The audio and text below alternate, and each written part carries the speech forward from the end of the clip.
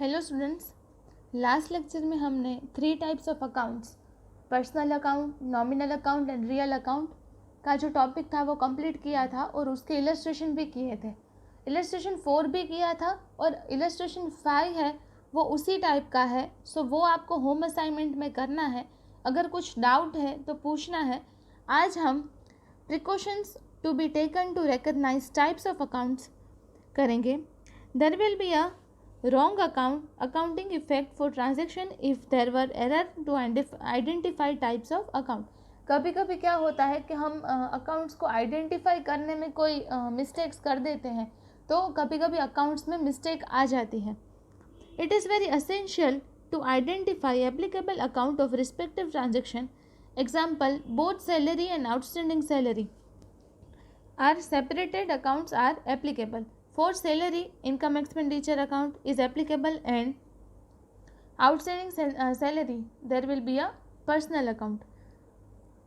Let us have a further study for this and context of income and expenditure account. हम एक उसका सम देखेंगे तो ज़्यादा हमको पता चलेगा कि इसका कॉन्सेप्ट क्या है।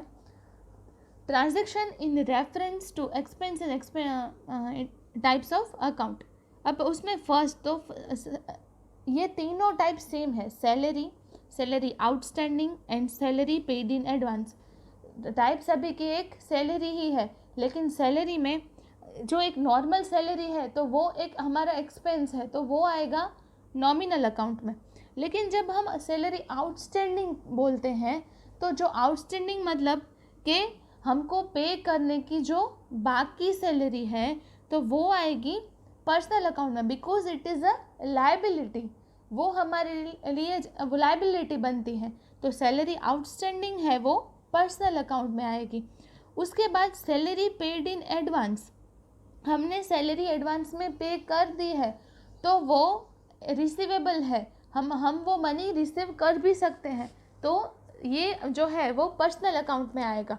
सो हमको जो अकाउंट्स है, जो ट्रांजैक्शन है, उसको आइडेंटिफाई करने में मिस्टेक नहीं करनी है। नॉर्मल सैलरी तो वो एक्सपेंस है तो वो नॉमिनल अकाउंट में, फिर आउटस्टैंडिंग तो वो पर्सनल में, और एडवांस में पे की है तो भी वो पर्सनल अकाउंट में जाएगी। अब उसी तरह से रेंट देखें तो रेंट है वो एक्सपेंस है, रेंट पेड तो वो नॉमिनल में जाएगा, लेकिन रेंट आउटस्टैंडिंग है तो वो पर्सनल में जाएगा। रेंट पेड इन एडवांस है तो वो भी पर्सनल में जाता है। कमीशन पेड है तो वो नॉमिनल अकाउंट है क्योंकि पे कर दिया है, एक्सपेंस है। वैसे कमीशन आउटस्टैंडिंग तो वो लायबिलिटी है, और कमीशन पेड इन एडवांस तो वो रिसीवेबल है। ब्रोकरेज पेड है तो वो नॉमिनल में जाएगा क्योंकि ब्रोकरेज हमारा एक्सपेंस है। आउटस्टैंडिंग लायबिलिटी है, एंड पेड इन एडवांस है तो वो भी रिसीवेबल है। Some transaction of business can be expense and income. Rent paid, rent received, commission paid, commission received, brokerage paid, brokerage received, discount allowed, discount received are illustration for this. अब ये सारी है वो हमने जो एक्सपेंस थे उसके किए थे। अब इसमें हम देखें तो कमीशन रिसीव्ड तो वो हमारी इनकम है, कमीशन आउटस्टैंडिंग तो वो हमारा रिसीवेबल होगा। ये उल्टा हो जाएगा, एक्सपेंस में आउटस्टैंडिंग है वो पे करना पड़ता है, लेकिन जो इनकम में आउटस्टैंडिंग है वो हमारा रिसीवेबल बन जाता है।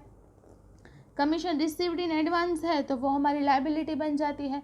ये दोनों ऑपोजिट चीज़ें हैं, ये इनकम, ये एक्सपेंस है तो ये इनकम है। ब्रोकरेज रिसीव भी उसी तरह से, डिविडेंड भी इसी तरह से, और रेंट रिसीव भी इस तरफ से।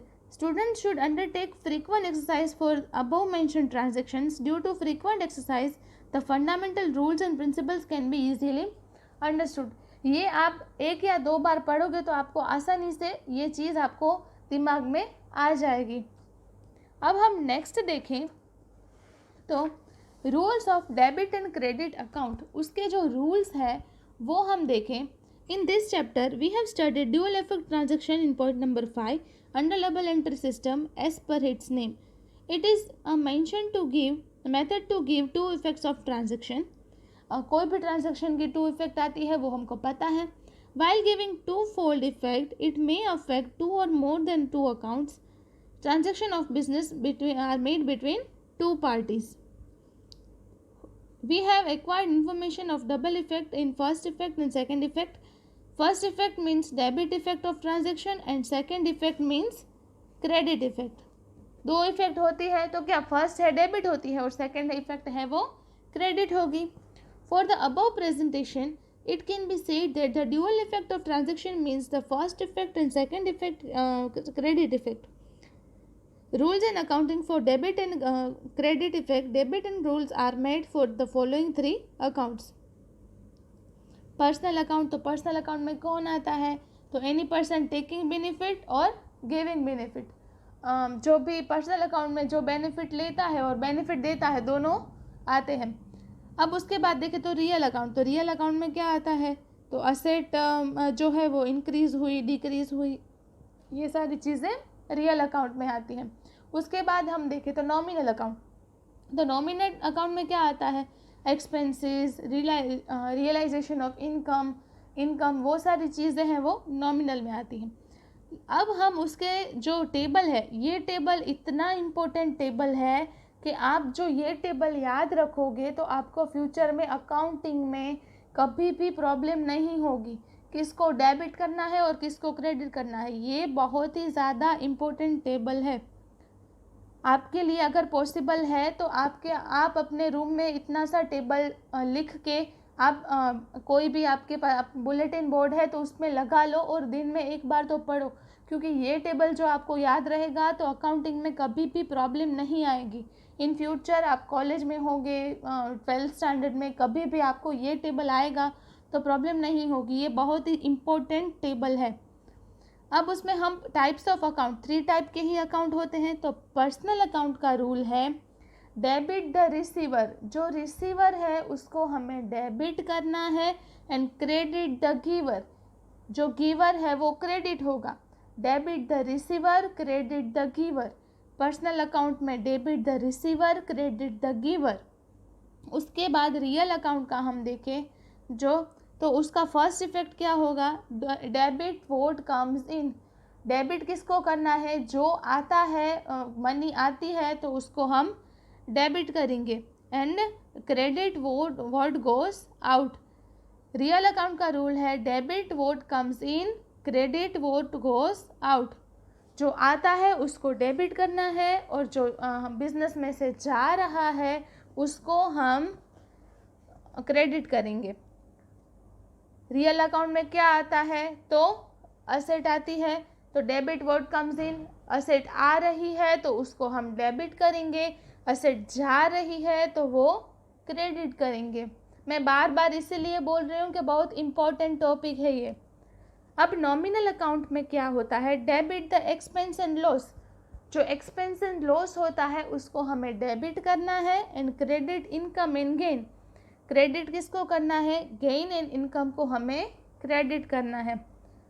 Personal accounts, 2 accounts of person are included in personal account, natural person and legal artificial persons. Business undertakes transaction with the persons who takes benefit or business or gives benefit to the business. Rule of personal account, debit the receiver, credit the giver. If a person has taken benefit of business, debit his account, and if person is given business credit on his account, तो उसका हमें account credit करना है. कोई भी person है वो business कोई बेनिफिट ले रहा है तो उसको हमें डेबिट करना है, और कोई भी पर्सन को हम जो है उसको बेनिफिट हमने दिया है तो उसको हमें क्रेडिट करना है. इसके जो सम्स है वो हम नेक्स्ट लेक्चर में करेंगे.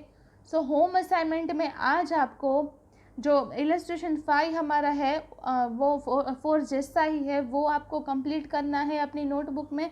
और उसके बाद जो रूल्स हैं ये टेबल आपको बाय हार्ट करना है और फिर उसको लिखना है, क्योंकि ये बहुत ही ज़्यादा इम्पोर्टेंट टेबल है. मैं बार बार बोल रही हूँ, लेकिन आपको ये टेबल याद रखना है. ये टेबल आपको अपनी नोटबुक में लिखना है और फिर हम नेक्स्ट लेक्चर में सम्स करेंगे. Thank you.